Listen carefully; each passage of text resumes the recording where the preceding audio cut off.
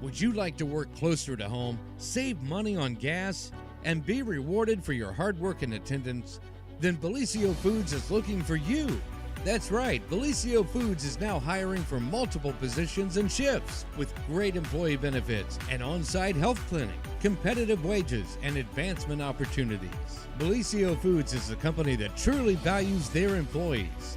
Apply online at belisiofoods.com/careers.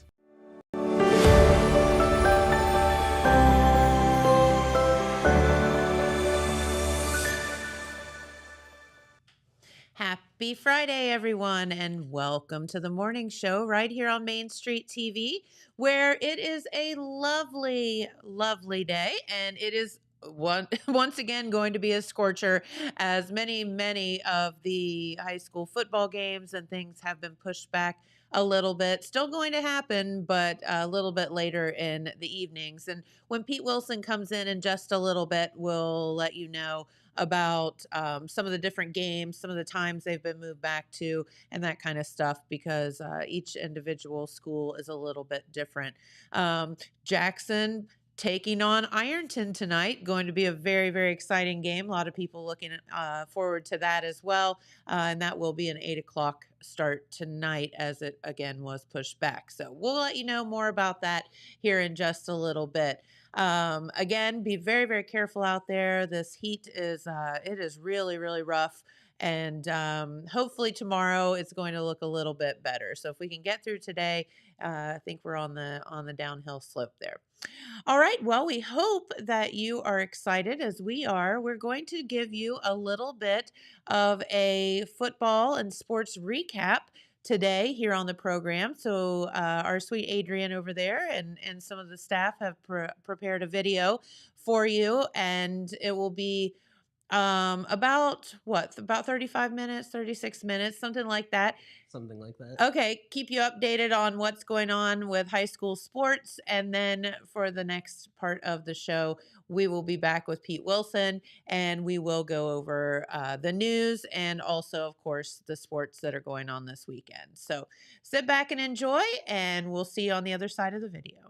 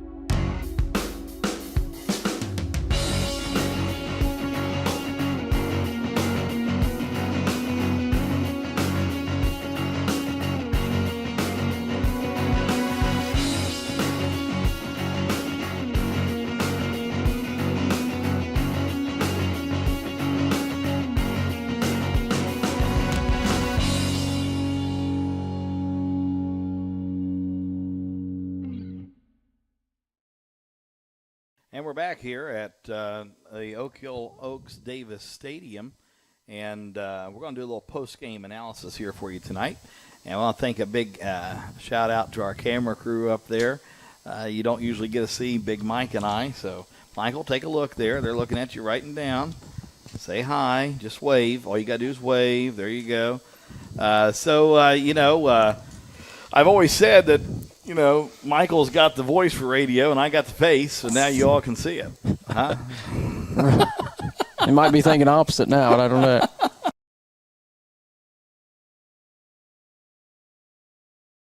Did a real good job, buddy. Thank you. Thank you. And of course, as promised, Pete Wilson is in the house with his red shirt on. Why would that be, Pete Wilson? Well, it's Friday night, and this is Jackson. So I'm doing what I've done and what Dan Dobbins and Dan Morrow have done for over 40 years now. We go to a football game, and we try to tell you about it. And you talk about it. That's right. That's exactly right. And I tell you what, we'll do a little review of what's coming up Friday night because we've got a big night all through our local area. Yes. All 4 of our local teams are home tonight. Oh, man. And we have some... That's rare. Right. It's rare. We have some things on the line, so we'll get there. We'll go with some non-sports to start off with. Okay. First of all, we received information from the sheriff's office just about 35 minutes ago. There is a motor vehicle crash on State Route 93 between Colton and Wellston that has closed a good section of that road between there. So this is a big deal for the traffic part. But from what we understand from, the alert that was put out, we've had no direct contact with anybody on the scene or anything, or with the sheriff's office. It's State Route 93 at Glenroy Road, which is, about halfway maybe between Colton and Wellston. That section of State Route 93 at Glenroy Road, at State Route 788, and at Electric Park Road. So I'm thinking that's about a 2-mile section there where, they have the road closed. Also, Electric Park Road, which is, one of those roads that intersects off State Route 93 to the left if you're traveling from Colton. Electric Park Road back to Finley Chapel Road is also closed. So not exactly sure there, but must be an attempt to control the traffic there. So we don't know anything about it other than that there's a crash, and that section of 93 and Electric Park Road is closed at the time. That doesn't sound good, So, Pete. if you're traveling, that direction, you might want to avoid 93, or you're going to have trouble getting to where you want to go. Of course, if you're coming from Jackson, obviously, you can go the Appalachian Highway or whatever, because, it's really a choice about the same going either way. I know people have their preferences. Okay, well, one of the big stories we want to tell you about, and this just happened yesterday, was Bob Kite Memorial Drive was dedicated. The signs were dedicated heading up to Jackson High School. That section of Vaughn Street where you hit the hill and you go up that steep hill. And Dreaded high school right, hill. the top. If you're a walker or a runner, you know exactly how steep and long that hill is. But Adrian has just put up two pictures that kind of show part of what went on there. But Bob Kite, you can see the sign, red and white with the JI logo, Bob Kite Memorial Drive. That picture right there that Adrian has put up is family members of Bob Kite and his widow, Sharon Kite. So they turned out en masse for that symbolic gesture, the dedication ceremony. It was simply unveiling the sign. Superintendent Phil Howard of the Jackson City Schools had a couple of things to say. Put the other picture back up if you would, Adrian.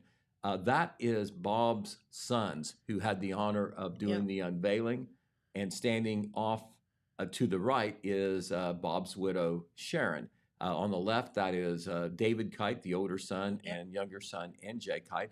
Both of their sons, predictably enough, followed their father's footsteps into education. So that was a kind of a bittersweet moment yesterday afternoon. Prompted some memories, some reminiscing, sadness, of course, because we lost Bob earlier this year at the age of 74. after some health issues. But Bob, for the uneducated, worked for the Jackson School District for 42 years, forged a great reputation for his work ethic, his responsibility, how he related to and worked with both staff members, the community, and students. He was a teacher, coach, administrator, athletic director, and even after he retired after 42 years, he did some substitute teaching, and then he was overwhelmingly elected to the Jackson City Board of Education in 2019. Unfortunately, health issues caught up with him, and he had to step away reluctantly, and he did pass away this past January. But following that, in May, members of the National Honor Society, this was the kids themselves, so that tells you something about Bob. They suggested to the Jackson City School officialdom, the Board of Education, that Bob Kite Memorial Drive, that honor, that section of the road be named Bob Kite Memorial Drive in his honor, and the school board agreed. So they passed a resolution to do that. The sign's just now going up. They wanted to get them up today or yesterday, because today later there'll be lots of cars going up there. A few cars. And they will headed see up it. there. And of course, as athletic director for many of the years of the latter part of his career, Bob had a whole lot to do with Jackson High School athletics as well. So those signs now in place. It's still Vaughn Street officially, but name-wise, as a tribute to Bob, that section of Vaughn Street, basically on school property where you start to go up the hill, past the railroad tracks to the top of the hill, that's Bob Kite Memorial Drive now, signs on both sides of the hill. So that was done yesterday. We'll have a story and some pictures in our Saturday edition.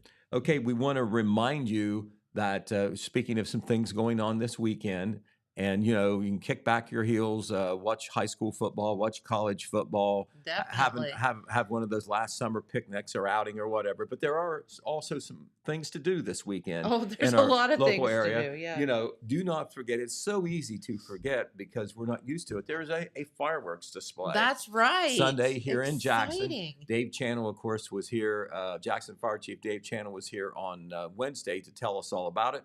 But once again, it will be 9 p.m., not 10 p.m. That's right. Because it gets Little darker earlier. earlier. They're going to be setting it off from Eddie Jones Park, Harding Avenue, just like they always have.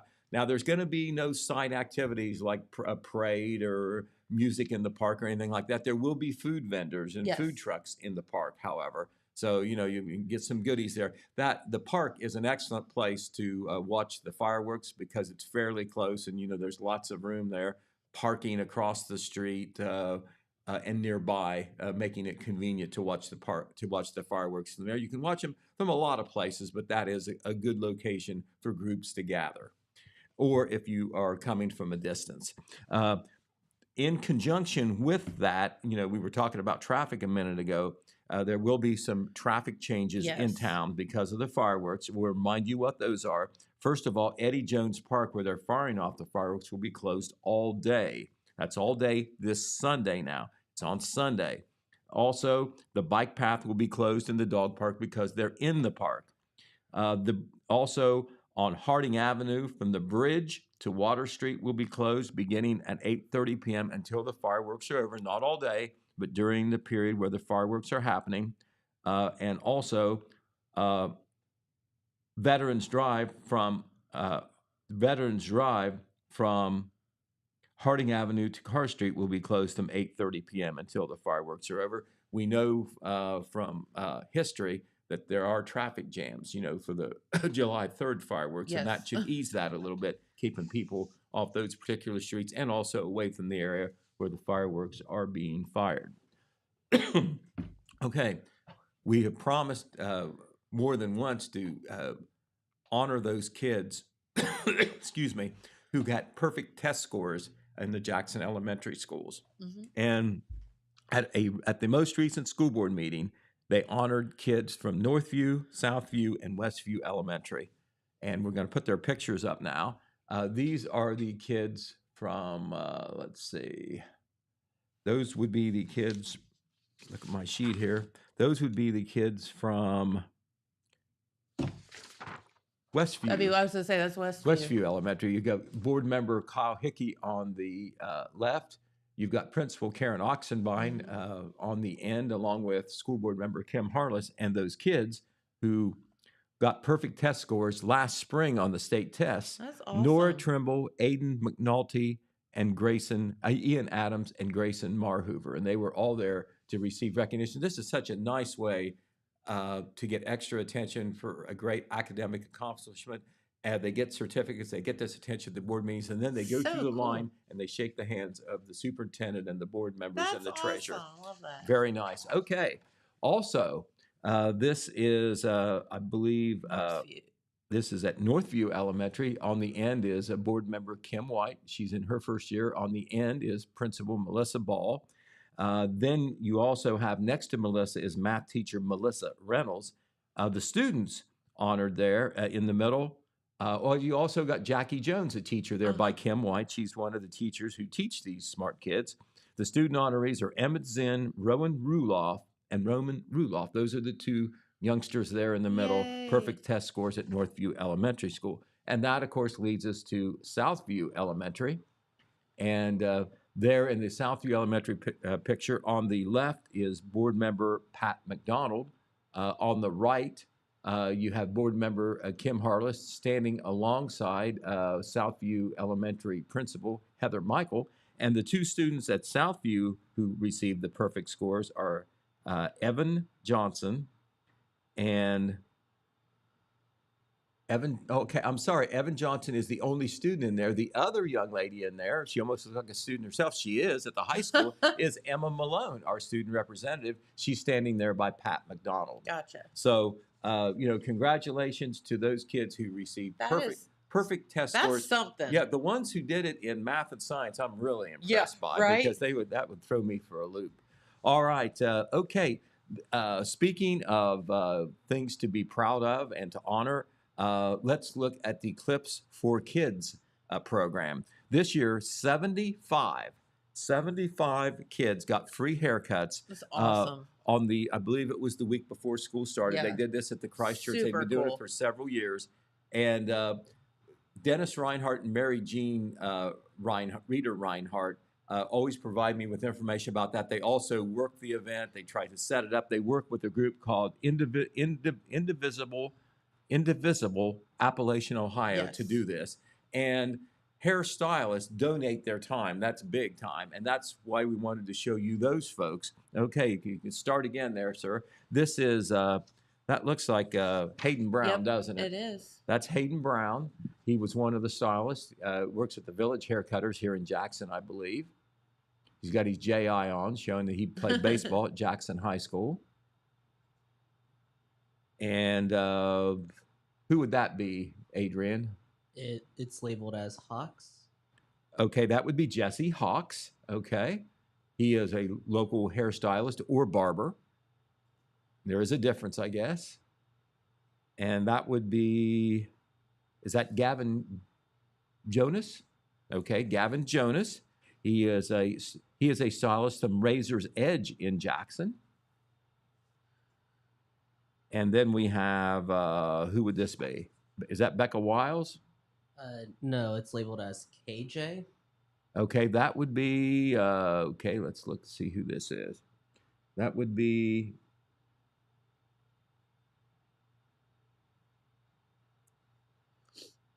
okay, I'm missing a name on that one, it looks like. I can circle back to it if you want. Okay, all right, we'll go ahead and do the one with 3, I think. Okay, these are 3 of the stylist barbers. From the left are Debbie Wires, Ellen Bursett, and Paula Eisen. And so I'm going to give you all their names. We showed most of their pictures. Paula Eisen is from The Hair Happening. Hayden Brown, as we said, is Village Haircutters. Amanda Kearns Jenkins is the Broadway and Company Salon in Wellston. Becky Wiles is Clips and Dips. She's actually from Pomeroy. Jesse Hawks is the Hair Hut in Rio Grande. Gavin Jonas is the Razor's Edge in Jackson. Debbie Wires is a Touch of Red styling salons in Jackson. Ellen Burchett is Sue's Styling Salon. Those were the ones who gave their time. There were also, that's Becca Wiles, it looks like. Then there was also nurses Kim Hughes, Tara Dahl, and Mary Catherine Shook, all from the Jackson County Health Department who were there. Of course, Christchurch personnel provided not only the facility, but some volunteers. They helped set things up and then cleaned up the venue. They served hot dogs, chips, and dessert there at the Family Life Center. And don't forget Dennis Reinhardt and Mary Jean Reeder Reinhardt. They always do a lot to make that happen. They do. That is such a great event. It gives everybody, all the students, a chance to get, a free care. I believe they get some school supplies I was as going to well. say they had a lot of school supplies to And give out as well. I think the nurses are there to do some checks, particularly for lice. Yep. That's always a concern, Yep, it is. Sometimes, there might be lice and you don't know it. Oh, that's exactly right. All right. Okay, so another neat thing that happened last Sunday, Jennifer, I drove down to Oak Hill with my wife, Pam, for a concert at the Mad Dog Center, not at the Mad Dog Center, at the Welsh American Heritage Museum. It was the Mad Dog Center for Welsh Studies at the University of Rio Grande that put this on. But this was a free concert, and let me tell you, it was worth every penny because you had 4 top entrants winners of the National Youth Eisteddfod in Wales. These are Wales students themselves, high school and older, who performed. That is Morris Jonas is his name. Let me make sure if I have that right. Yes, Morris Jonas. And well, he's a lot more flexible than the rest of us. He did something called clog dancing. It's they have taps on their shoes. It reminds you of tap dancing, quick stepping tap dancing. But he also did some gyrations like that. I caught him Brave there. soul. I caught him there, way in the air there at the Mad Dog Center. Also, they had a couple of singers as well. And you can see how much she was into it right there. That is Rose Dada. She sang. I think she's only like in high school. And then there were another singer. Her name is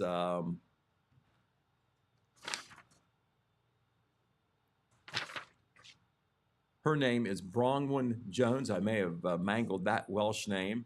And then Owen Sion, that was a young man. He did dramatical things. He did a recitation.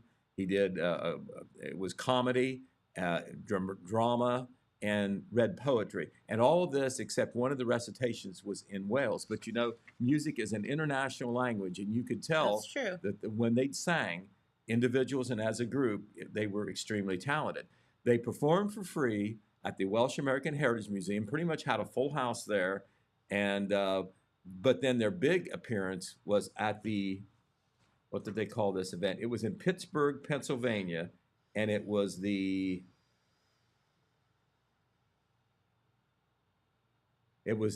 North American Festival of Wales, a national thing happening in Pittsburgh, Pennsylvania. They were there, I think, last Tuesday.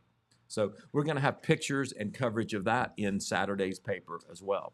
We do want to remind you, we're going to have much more to say next week when the Wellston, Ohio Hill Country Festival is starting. I know we had Aaron Dupree here yesterday. Super We're going to exciting. have a bunch of coverage in our Saturday paper. We're going to have a preview story that kind of gives you some background. It's got the festival theme this year, the names of the queens, the complete schedule, highlights of each day, some photos and like that. Full-scale coverage in Saturday's paper as far as a preview. All that will be online as well. And we do want to tell you that if you want pre-sale ride passes, you don't have to wait till the festival. You can get those ahead of time. They are now available from any Ohilco Society board member. They will be good anytime during the festival, Wednesday through Saturday. That's the festival dates. The pre-sale tickets will cost $30. Purchasing the advance pass provides savings over multiple ride tickets once the festival starts. So if you want to ride the rides, or you're a parent who wants to see your kids ride the rides, this is cost effective to get those ride passes in advance. You can also contact the Ohilco Festival's Facebook page for more information about the tickets and everything else. I believe they have some stuff on their website as well. Also, a couple of events happening in Hamden on Saturday, Jennifer. Hamden Community Day is going on. That Yes. I understand that used to be something they did for years, and then it kind of faded away, and they started it back maybe last year or the year before. But it's going to be this Saturday from noon to 6. It'll be at the Hamden Village Hall there at Railroad Street in Hamden. Live music, bouncy houses, food, cornhole tournament, vendors, and just a fun thing to do on Labor Day weekend. That sounds good. Also in Hamden, in the morning from, 8 a.m. to noon, the Hamden Volunteer Fire Department will be out with its Fill the Boot fundraiser. That is where they actually have the big boots and they take donations for MDA. That's Jerry Lewis's old charity that he used to do those Labor Day Muscular telethons for dystrophy, him. yeah. Right, and so that's still how they get a lot of their money. Okay. We don't have Jerry anymore, so all these other people are trying to take up the slack, including the Hamden Fire Department. They want you to know that every penny collected on Fill the Boot doesn't go anywhere else except to MDA, not even to the fire department itself. It's not a fundraiser for themselves. They're out volunteering their time to raise money for MDA, and they will be stationed out in front of the Hamden Post Office. I believe that's on the main drag, Main Street, which is also State Route 93. So why don't you help them out? In conjunction with that, this is real tricky on their part. They're having a big bake sale at the same time. So, if you smell those pies, cakes, cookies, noodles, whatever homemade delicacies they have, you'll have a chance to donate to Fill the Boot while you get, so I'm sure, very competitively priced desserts Yes. and other baked goods there at their bake sale. Now, that's in Sounds the morning fun. from 8 a.m. to noon. The Community Day activities start at the Village Hall, which is at a different place in the afternoon. Okay. Also, those great folks at the Wellston American Legion Post 371, we know all about them, right? Yes. Well, they're having a Labor Day bean dinner. That will start at 11 a.m. and will go until 2 p.m. And for eat-in customers, unlimited beans and cornbread. You can keep going back. Oh, man. You get a drink and you get a dessert for only $10. Nice. Talk about getting filled up. You can also purchase separately Sloppy Joe's as well. You can get to-go scoops for only $5. And All right. the beans go a long way. Question. This is a survey. I'm always asking people about food. Yes. Are you a beans and cornbread kind of guy? Yes. Do you or do you not eat the beans separate from the cornbread? Because I am a put the cornbread in the beans kind of girl. Okay, well, you're not going to get a straight answer from me. Normally, the cornbread is separate because I like to butter it, all right? Okay. And I want it hot, okay? And I prefer the sweet cornbread. However, if not all beans are the same. If the beans are more liquefied a little bit, I will put the cornbread in it to sop it up and make it a little bit more of a solid food type thing. But if, especially if the beans are more thick and it's got those big pieces of ham and bacon in it, I don't need to slop the cornbread into it. Gotcha. All right. And Okay. also, I like all beans, but I prefer the whites. You're a little wishy-washy, Pete, when it's coming to the beans. I'm just saying. Okay. Well, Are you a politician? No, I'm not. He's being very politically not correct not when on speaking purpose. of beans. But that is at the Legion Post on Labor Day. Labor Yes. Day, so you can go out and support Who the doesn't love Legion that? Post there. And when they do things, I know that there's maybe an element of fundraising, but I think for more than anything else, it's just a service. It's fellowship. I mean, that's what they want to do, and it's just not for Legion Post people. Yeah, There's come on lots of people out. involved in the Have Legion. fun. Exactly. All right, real quick on the football because we've run out of time. But since I told you about football ahead of time, all 4 home games, the Jackson-Ironton game between 2 of the top teams in southeastern Ohio will be at Alumni Stadium. Game time has been moved back to 8 o'clock because of the heat. It will also be senior night. The gates open at 6 o'clock. I would recommend getting there early. However, Yes. It is Alumni Stadium, so I'd be very surprised if there's not going to be a seat for you. Yep. All right. At Wellston, game time also 8 p.m. because of the heat. Okay. They're going to have a bunch of things going on there. It's their Hall of Fame night. They're going to put new inductees into their athletic Hall of Fame. And Scott Adams, who jumps out of the plane, the parachutist, Yes. he is going to do that again. He's been doing that at Wellston football games to open the season for a while. He's going to do it again tonight. That is a big thrill. By the way, the Cool. Rockets won their first game, and they're playing Piketon, who also won its first game as far as what's going on in the field. Also at Oak Hill tonight, that game's been pushed back to an 8 o'clock kickoff. It was supposed to have been 7:30. The Oaks are hosting Fairfield Christian. Okay. The Oaks, I believe, will be on the road for at least 4 weeks after this week. So this Oh, is your last chance to gosh. get them before maybe, the leaves are falling. Wow. All right, then at Vinton County, who was on the road last week, they're home for their home opener, and they will be playing Circleville. Okay. And this is the home debut for the Vikings and new head coach Marcus Games. So we wish all of our local teams the best. Did they move their time? They did not. Okay. They did not. I talked to N.J. Kite, who, of course, is the son of Bob Kite, the Right. late Bob Kite. He is the athletic director at Vinton County. They talked about it, but they decided not to. Circleville, who was visiting, they did not want the time moved. Okay. So, by golly, they're at 7 o'clock. All righty. So, on their radio dial, the only game starting at 7 o'clock, the original starting time will be Vinton County Circleville. But we have all these games going on in our Total Media Radio family. Here at home in Jackson and Vinton counties, all those 4 games will be on our radio stations as well. Pre-game about 15 to 20 minutes before kickoff time. And remember, we're streaming everywhere. Yep. So, tune us in or view us in. Yep. All right, so that is where we are, Jennifer. Okay. Well, very good. Thank you, Pete. We appreciate that so much. All And right. we appreciate you all tuning in this morning. And again, stay as cool as you can. Hopefully, temperature is cooling off as the weekend rolls on and the beginning of your work week next week and for your Labor Day. Absolutely. All right. Well, have a wonderful weekend, everyone. Have a wonderful weekend. We will do that. And we will see you back here on Monday or Tuesday. Right, Tuesday. Bye. From breaking news to heartwarming stories, The Telegram is your ticket to the latest buzz in town. Read your daily dose of local headlines, sports, and entertainment and more in hand and on paper. Get a print and digital subscription for only $7.95 per month. Delivered fresh every Wednesday and Saturday. Visit thetelegramnews.com or call 740-286-3023 today. Don't just read the news, be a part of it.